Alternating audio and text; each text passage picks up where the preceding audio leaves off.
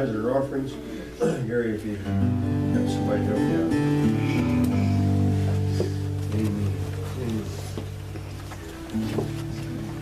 Father, again, we come this morning with joyful hearts for the many blessings we receive from you on a daily basis, Lord. You open our eyes in the morning and you bless us. We take a breath and you bless us. Lord, we hear a bird and you bless us again. Feel the warmth on our body and you bless us again. And Lord, you just continue to bless us all the day long. Lord, we praise you and we thank you and we give you glory. And Lord, as we worship with our tithes and our offerings, we ask you to bless the gift and the giver. That all efforts would be to share the gospel of Jesus Christ with somebody somewhere. That they would receive the gift of eternal life. The gift you died for on the cross. Let it all be for that honor and for that glory. We give you praise for it in Jesus' name. Amen.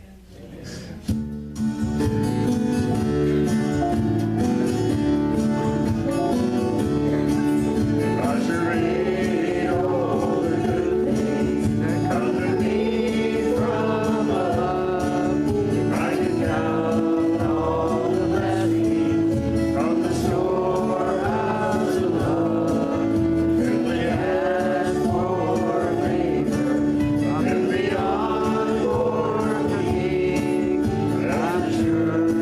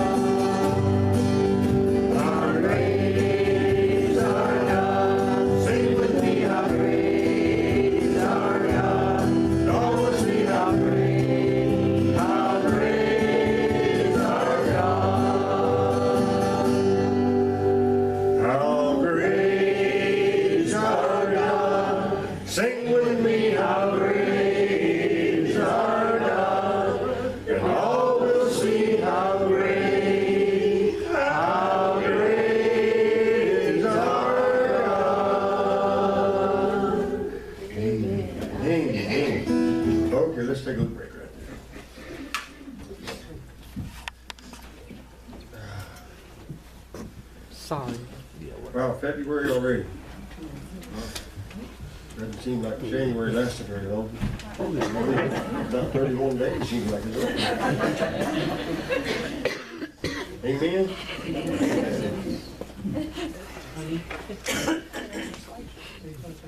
It's, we went to Flagstaff Thursday. I had a school board training thing Friday. We come back Friday night. And I let Dessa drive all the way up and all the way back to save myself a little stress. Not save myself a lot of stress. And as we drove up, and as we drove back, it didn't matter what time of day. We drove up in the middle of the day, in the middle of the week, everybody should have been at work or school. I don't know where all them people came from. I don't know where they were going and why they ain't got there yet. I was just amazed. That freeway from Phoenix to Flagstaff, that's just a freeway through the mountains. Nobody goes up there. It never stops. It doesn't matter what time of day or night you go up that freeway, it's just like this. And so we go up there and we get down to Flagstaff, we come back, and by the time we get back home, I'm so glad to be home. And so I thought, well, I've always heard Phoenix is the 5th largest city, and in fact it is. I asked Dessa, look it up. How much bigger is Phoenix than Dallas? Dallas is number 9. Really? I about fell over when she was reading. We're second only to Houston is bigger than Phoenix. I was like, well, no wonder it's crazy. There's a lot of people up there. And I thought, well, all those people, all those things going on. Remember, if you ever watched David Letterman, he had his top 10, David's top 10. I looked up the top 10 things that people adore the most. I really thought out of all them people, 5th largest city in the whole United States, top 10 things that Americans adore. Family gatherings, especially ones that are big enough that you can avoid talking to your brother-in-law. That's a good one. Being asked for advice by attractive young people. Going to a park when it's not crowded, then going anywhere it's not crowded. Political disagreements with a little bit of hand waving. The big 3 of traditional American foods: hamburgers, burritos, and pizza. I don't know when that came along, but that was after my time. But anyway, being in line at the supermarket and having a new checker open up just for you. Staying at a hotel with a really good shower. Hawaii, the most different place on earth where they still use the US dollar. Good, this is good for today. Football or perhaps baseball. And number 10, driving around with no particular destination, seeing a recently vacant lot and trying to remember what used to be there.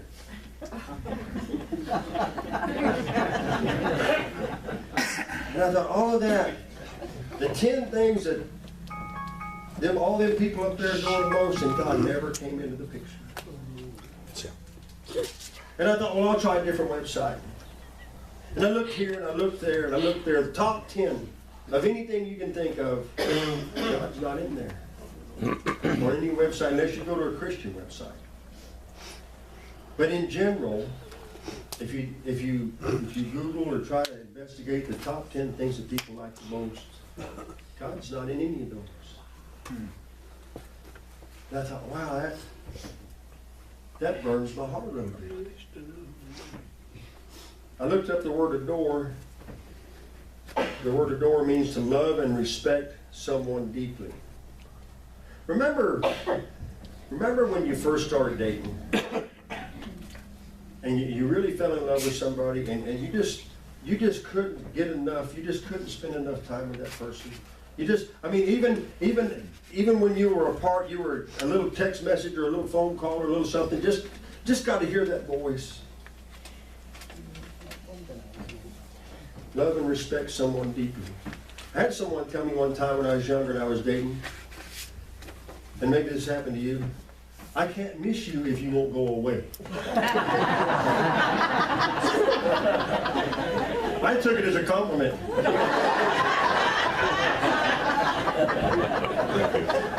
It's not the word, it's how you receive it, right? When we experience that kind of connection, when we really truly experience and we really love someone that much, it's not something we want to go a day or two without. It's not something we want to be away from. You know, we want to know that that person is thinking as much of us as we're thinking of them. And this when we recognize that and we begin to build on that, that creates a relationship that is everlasting. Go to John chapter 21.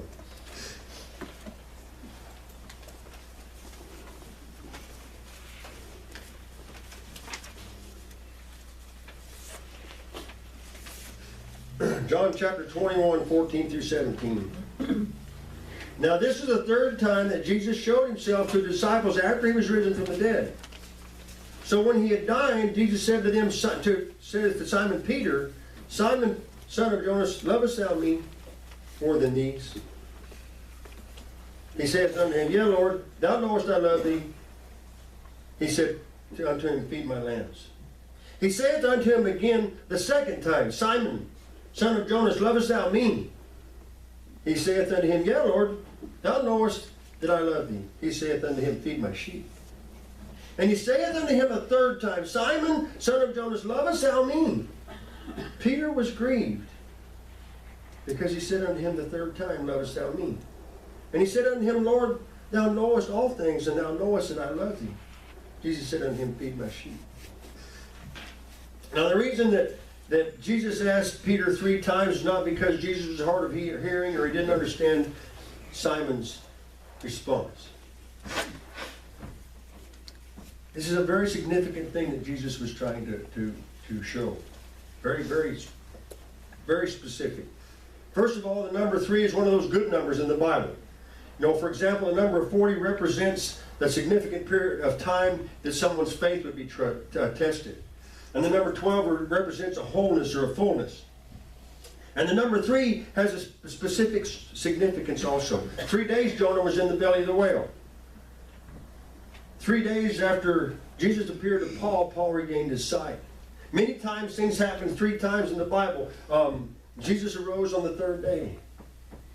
The 3 signified a restoration, a forgiveness, a rejuvenation, if you would. It's a starting over.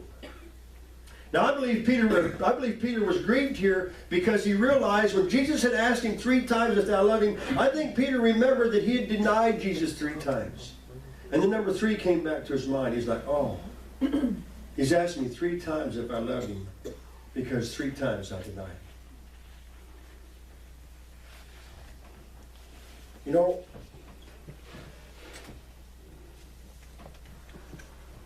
how many times, I think of myself so many times, the Lord would give us an instruction. And we're just like Peter. We don't take it serious.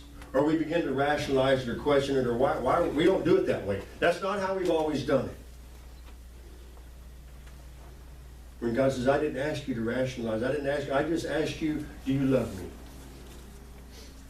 When Jesus gives us a command, when the Spirit gives us a command, or the Spirit gives us something to do, when the Spirit shows us someone that needs prayer, the Spirit shows us someone that needs to be testified to, Jesus is saying, do you love me?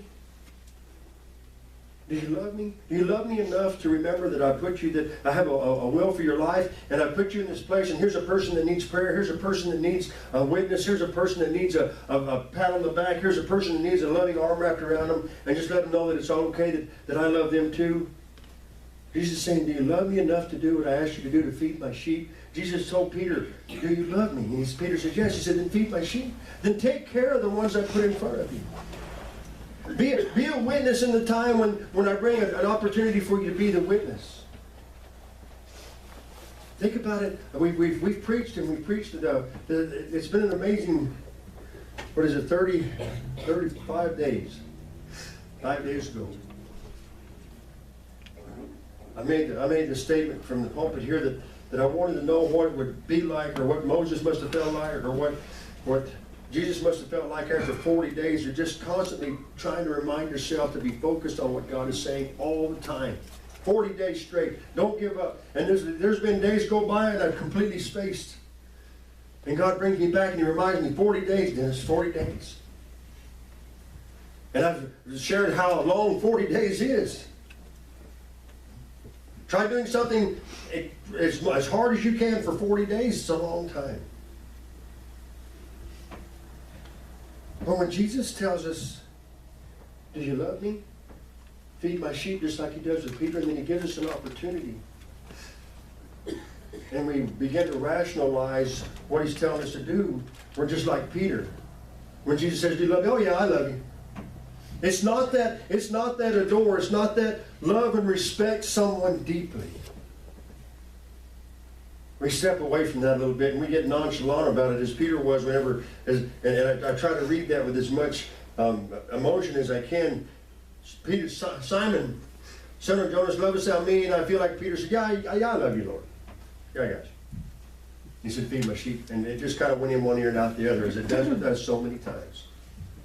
God gives us a direction. God gives us an opportunity to I was thinking about this. I think I mentioned it last week. I watched a sermon about a guy that was saying, we think about Elijah, and we think about Daniel, and we think about Abraham, we think about Isaac.